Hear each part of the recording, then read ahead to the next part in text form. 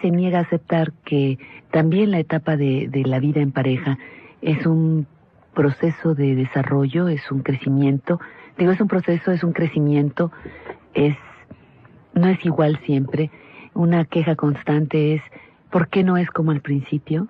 Ay, porque por suerte no puede ser como al principio. Así es.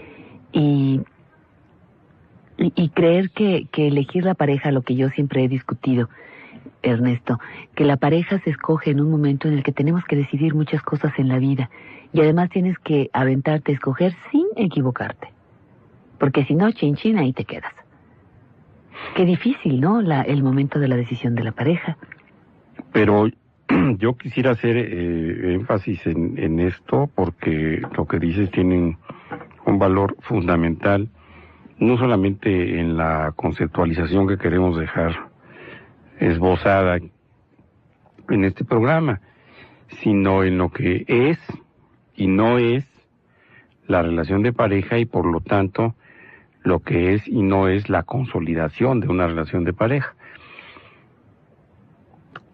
La pareja no es permanecer uncidos en una yunta.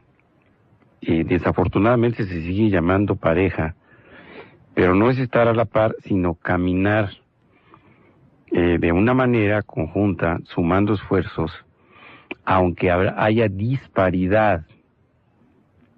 Si la meta es la misma, pues vale la pena hacerlo por diferentes rutas, si esto es válido.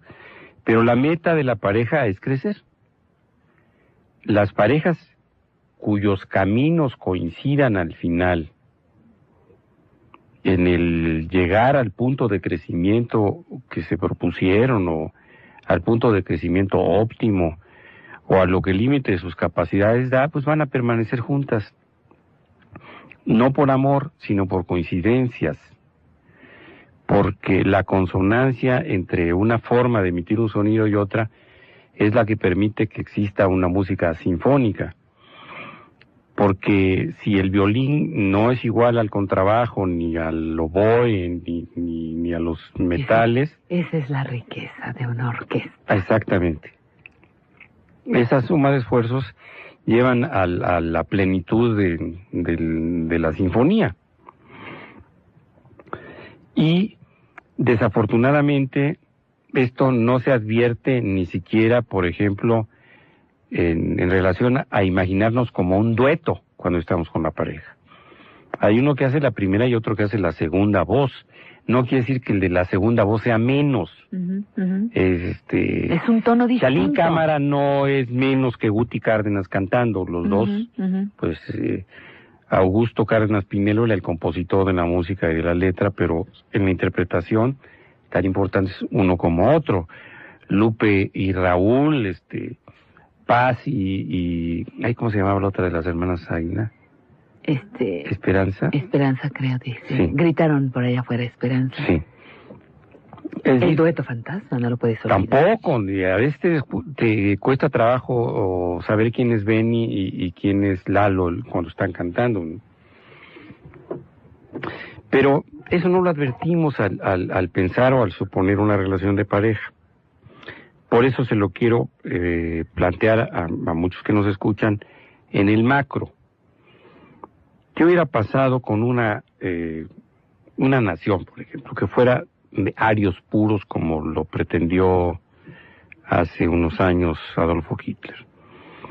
Bueno, quizá tendrían algunas ventajas genéticas en algunos aspectos, llegarían a ser de un color de piel similar, no sé si a tener habilidades o aptitudes o inteligencias también, pero serían un lunar que no empataría, por ejemplo, simple y sencillamente en lo que es la sociedad de la Europa occidental. ¿Y qué ha sucedido en cambio con otros países cuando han adquirido un grado óptimo de desarrollo? Vamos a pensar en las épocas relativamente modernas o contemporáneas. Primero, el ejemplo de la España del siglo XVI. España llega al siglo XVI después de 8 siglos de convivencia absoluta, plena, de concordancia con musulmanes, judíos y cristianos. que no solamente tienen ideas religiosas ligeramente discrepantes, sino que tienen costumbres, tradiciones y pertenecen a grupos de un origen diverso. Sin embargo, esa fuerza del mestizaje hace de España una potencia en el siglo XV que expresa toda su potencialidad, valga la redundancia, en el XVI. Gracias a eso, a ese intercambio de racial, incluso pues en el solo ejemplo del descubridor Cristóbal Colón, que era genovés de origen, pero que era judío de raza, un judío converso, que gracias al impulso o al patronato o el matronato de Isabel la Católica o Chabela la Fanática, según lo quiera usted ver, bueno, concibe una hazaña que quizá es la más importante, la que marca los finales del siglo XV. ¿Y qué sucede con los Estados Unidos de Norteamérica? Bueno, se vuelven una potencia no porque se hayan quedado como los cuáqueros o los que llegan a las playas de lo que hoy es un territorio norteamericano, como ingleses o como holandeses, e intentan marginarse de los grupos indígenas o los masacran, y llegan después españoles y franceses al sur de lo que ahora son los territorios norteamericanos, y masacrando y haciendo a un lado los grupos indígenas, conquistan el oeste norteamericano, le quitan la mitad del territorio a México y entonces empiezan como potencia. Si no vemos, o si lo vemos con el afán histórico crítico, pues diríamos que eso fue una degradación en cuanto a los territorios, en cuanto a las razas originales de América del Norte. Pero si lo vemos en su consecución final, bueno, se convierte en una potencia gracias a la mentalidad de judíos conversos, de italianos, de polacos, de húngaros, de irlandeses, de católicos, de protestantes, y luego migraciones de coreanos, de chinos, de mesoamericanos, de mexicanos, de negros, y sucede que el imperio por antonomasia del siglo XX, bueno, pues es un imperio mestizo, que crece, entre otras cosas, porque crecen sus razas. Si vemos y contemplamos un poquito más a nuestro nivel de comprensión a un pueblo latinoamericano como es el de Cuba, que es el último país que se desprende de la tutela del imperio de la corona española hasta 1898. Entonces vamos a ver cómo ese país que depredó a los indígenas, pero que mezcló a los españoles con los negros, y que da origen a un criollismo quizá el más marcado de América Latina, pues hoy tiene los más altos niveles de salud y de educación de toda América Latina. Y la raza como tal, o si hablamos de la cubanidad o el cubanismo, o cómo es un cubano el día de hoy, bueno, es una hermosísima mezcla que conforma ahora un patrón que no fue parejo en su origen. A doña Celia se llama rareza del siglo. Sí, chica, yo nunca había escuchado esto y parece que está hecho con la matancela. Entonces parece es de la primera época. Pues fíjate, es de la época de Pirles. Sí, ya tiene unas cuantas 24 horas, entonces... Tiene unas cuantas 24 horas. Así es. Pero rarezas de siglo son las parejas que culminan su relación de manera veraz, no de manera veraz, sino verazmente unidos. Porque se puede llegar a los 50 o a los 60 años perfectamente separados. Perfectamente separados, sí. Y viviendo en soledad en compañía o viviendo un pequeño infierno, cuando menos para alguno de los dos, si es que no es para los dos. Entonces, tenemos que pensar dentro del micro y del macro qué es lo que hace que la unión de seres humanos en cualquier aspecto, no solamente en la relación de pareja, progrese. Por ejemplo, una sociedad. En una sociedad mercantil, cuando menos en la teoría hay un socio capitalista y un socio industrial, que es el que trabaja o el que hace la parte operativa. Y yo creo que eso funciona precisamente porque se tiene una misma meta económica. Bueno, queremos tener ganancias por 3 millones de pesos al año, y entonces tenemos ingresos así, tenemos egresos en tanto. ¿Qué vamos a hacer para esto? Bueno, pues vamos a usar tu capital para invertirlo aquí, y yo lo administro, o yo lo trabajo, etcétera. La meta, los 3 millones, es una meta común. A lo mejor dentro de 2 años son 10 millones lo que se propongan, etcétera. Pero hay una meta de superación, de progreso, de productividad, en 2 individuos cuya visión de lo mismo está en estadios distintos. Uno va a estar preocupado porque su dinero se maneje bien, o va a estar viendo cómo son las fluctuaciones de la economía, y el otro va a estar tratando que su producción sea vendida. ¿Qué pasa si los dos quieren administrar? O los dos quieren estar en el área operativa. Pues va a haber una competencia, que puede ser leal o que puede ser desleal, pero que va a terminar con la sociedad mercantil muy pronto. Les pongo de ejemplo lo que hemos visto durante mucho tiempo, por ejemplo, en el ámbito artístico en México, o en Hollywood, Jerry Lewis y Dean Martin, el Gordo y el Flaco, los polivoces.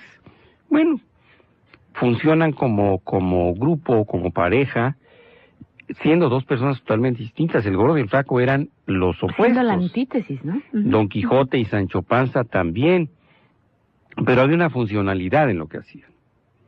El momento en que el Gordo quiere trabajar solo, pues no le va a ir tan bien como cuando estaba trabajando con el Flaco.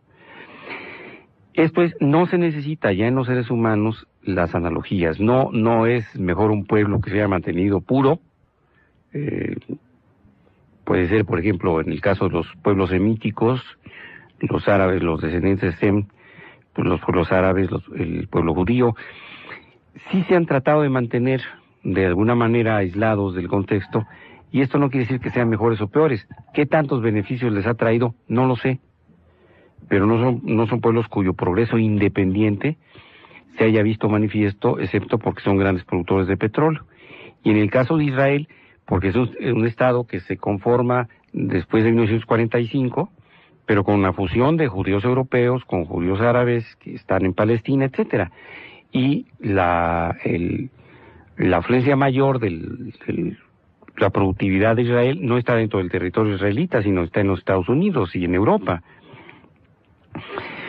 Viendo esos pequeños ejemplos, tenemos que reflexionar en el caso de la pareja, ¿qué onda?